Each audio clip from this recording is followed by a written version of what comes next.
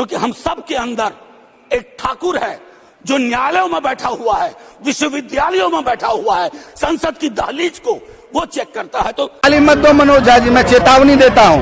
ठाकुर वो आग है, अगर आग लगेगा तो कोई दमकल भी बुझाने वाला पानी नहीं मिलेगा। ठीक बोला है, एकदम उसका हम समर्थन करते हैं। हम उस कविता के प्रशंसक हैं, उस कवि के प्रशंसक हैं। अगर मेरे सामने इस तरह की बयानबाजी होती, मैं सही में पटक के मुंह तोड़ने का काम करता। मुंह तोड़ने की बात किसकी हैसियत है, किसके सीना में ताकत है जी? क्या ताकत है सीना में नीरज बबलू के कि वो हाथ चला देंगे? मैं होता राज्यसभा में रात से जीप खींच करके और आसन पर उछाल देता। एक कविता लेके आया था, उसके पहले गले मिलकर गला ना दबाइए, और ये कविता पढ़ के खत्म करूंगा और जय हिंद बोल दूंगा। ये ओम प्रकाश वाल्मीकि जी का है। इसमें जो प्रतीक हैं वो किसी जाति विशेष के लिए नहीं है, क्योंकि हम सब के अंदर एक ठाकुर है जो न्यायालयों में बैठा हुआ है, विश्वविद्यालयों में बैठा हुआ है, संसद की दहलीज को वो चेक करता है। तो कविता कुछ यूं है। चूल्हा मिट्टी का, मिट्टी तालाब की, तालाब ठाकुर का, भूख रोटी की, रोटी बाजरे की, बाजार खेत का, खेत ठाकुर का, बैल ठाकुर का, हल ठाकुर का, देश शहर। और मैं फिर से क्लैरिफाई करता हूं, वो ठाकुर मैं भी हूं, वो ठाकुर संसद में है, वो ठाकुर विश्वविद्यालयों में है, वो ठाकुर विधायिका को कंट्रोल करता है। इस ठाकुर को मारो जो हमारे अंदर है। माननीय, हमको लगता है कि माननीय मनोज झा जी दिल्ली यूनिवर्सिटी में घीस तीर के पास होकर प्रोफेसर बने। ठाकुरों को गाली मत दो मनोज झा जी, मैं चेतावनी देता हूँ। ठाकुर वो आग है, अगर आग लगेगा तो कोई दमकल भी बुझाने वाला पानी नहीं मिलेगा। इस तरह का बयान मत दो। हम उस नेता के साथ है, सभी जाति धर्मों को लेकर नीतीश कुमार जी चलते, ये समाज को बांटने का काम करते हैं। और मैं चेतावनी देता हूं, अगर इस तरह का बयान देंगे तो उनका ईंट का जवाब पत्थर से दिया जाएगा।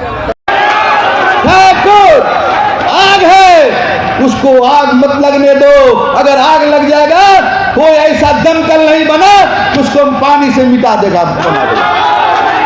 मैं चेतावनी देता हूं मनोज झा जी को, अगर बयान से बचे। हमारा नेता सभी जाति धर्म को जोड़ने का काम करते, आप तोड़ने का काम करते। अरे छतरी तो ब्राह्मण को गले लगाता है, उसका पैर छूता है। हमको तो लगता है कि आप ब्राह्मण कुल में जन्म नहीं लिए मनोज झा जी। हम लोग कोई मौका नहीं है, हाथ में चूड़ी नहीं पहने हैं। आपका जवाब हमारा क्षत्रिय समाज देगा, चिंता मत करो। ये क्षत्रिय समाज को ललकारते हो। हम कभी भगवान को निवेदन और आवेदन करने गए थे कि हमको क्षत्रिय कुल में जन्म दो, लेकिन क्षत्रिय कुल में जन्म ले लिए है। एक बात याद रखना, क्षत्रिय कुल अगर प्यार से गर्दन मांगोगे तो गर्दन भी दे देगा, या गर्दन काटने का हो तो गर्दन भी काट देंगे।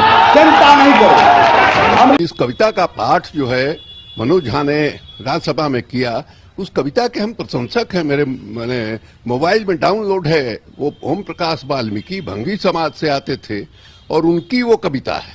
उनका जो दर्द है, पीड़ा है कि हमारा कुछ नहीं है धरती पर, जो कुछ है सो ठाकुर का है। यहाँ ठाकुर जो है सिंबल है, प्रतीक है। और उसमें मनोज झा ने ये भी कहा कि मेरे अंदर का भी ठाकुर है। सबके जो सामंती भाव है ऊंची जातियों में, चाहे वो ब्राह्मण हो, चाहे ठाकुर हो, भूमिहार हो, कायस्थ हो, वो उसके बारे में कह रहे हैं। ये और ये वाल्मीकि जी की कविता जो है काफी ये है, और कहानीकार है, उन्होंने एक से एक कहानियां लिखी हैं।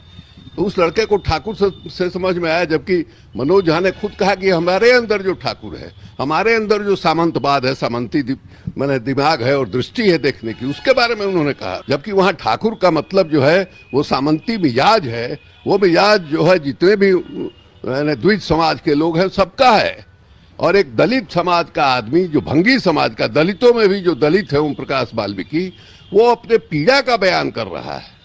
और उसी संदर्भ में मैंने मनोज झा ने बात कही थी, और ये कहते हुए कि हमारे अंदर भी जो ठाकुर हैं, मैं सबके लिए कह रहा हूँ। मैंने ठीक किया है, ठीक बोला है, एकदम उसका हम समर्थन करते हैं। हम उस कविता के प्रशंसक हैं, उस कवि के प्रशंसक हैं। अगर मेरे सामने इस तरह की बयानबाजी होती, मैं सही में पटक के मुंह तोड़ने का काम करता, क्योंकि ठाकुरों का अपना इतिहास है। ठाकुर ने इस देश को संरक्षित करने का, सुरक्षित करने का काम किया। ठाकुरों की कुर्बानी पे हमारा देश आज सही सलामत है। अगर ठाकुर नहीं होते तो इस देश का नाम हिंदुस्तान नहीं मुगलिस्तान होता। मैं स्पष्ट तौर पे कहता हूं, बयान पूरी तरह प्री प्लान बयान है और लालू जी के निर्देश पे इस तरह का बयान दिया गया है। वो कह रहे हैं कि हमको अपने अंदर के ठाकुर को मारना चाहिए। आप क्या संदेश देना चाह रहे हैं? आपके अंदर में ठाकुर है, इसका मतलब राक्षस है। अगर वो कहना चाहिए उनको कि हमको अपने अंदर के रावण को मारना चाहिए, हमको अपने अंदर के राक्षस को मारना चाहिए। आप ठाकुर को उस जगह रख करके कहीं न कहीं ठाकुर को टारगेट करके ठाकुर को बदनाम करने की कोशिश कर रहे हैं। अगर मैं होता राज्यसभा में राख से जीप खींच करके और आसन पर उछाल देते स्पीकर के पास, सभापति के पास, लेकिन ये अपमान नहीं चलेगा, ये बर्दाश्त नहीं होगा। हम जिंदा कौम के लोग हैं। और अतीत में जो हालात गांव और कस्बों में जो दबंगई था, जो अधिनायकवाद था, उसके खिलाफ जो कविता लिखी गई थी, उसी कविता का उन्होंने पाठ किया था। उसको जात से कैसे जोड़ सकते हैं? ठाकुर तो जननायक कपूरी ठाकुर की भी थे। जात से और सार्वजनिक जीवन में शब्दों की मर्यादा नहीं टूटनी चाहिए। एक सीमा होती है, एक लक्ष्मण रेखा होता है, उसका भी ख्याल करना चाहिए। हाँ, ये राष्ट्रीय जनता दल पूरी पार्टी और हर दबंगई के खिलाफ है। जो जुर्म ढाए जाए, जिस जुर्म से, जिस दबंगई से, उसके खिलाफ तो हम हैं, थे और रहेंगे भी।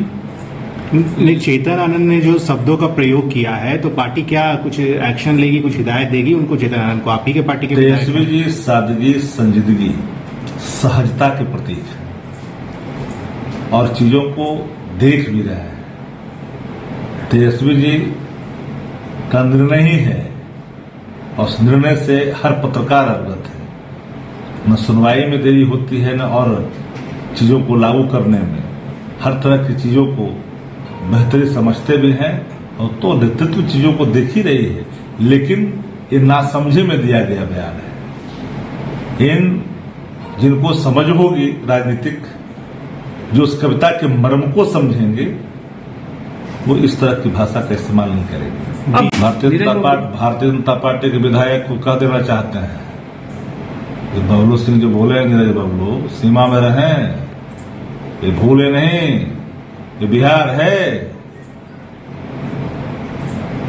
एक इशारा अगर उठेगी, माफ करना, ये शब्द का प्रयोग ठीक नहीं है। मुंह तोड़ने की बात किसकी हैसियत है, किसके सीना में ताकत है जी? क्या ताकत है सीना में नीरज बबलू के कि वो हाथ चला देंगे और संसदीय व्यवहार कर देंगे? कानून कोई चीज होती है कि नहीं होती है? इस देश के अंदर में कानून का राज होता है। कोई कानून लेगा अपने हाथ में, कानून चुपचाप बैठेगा?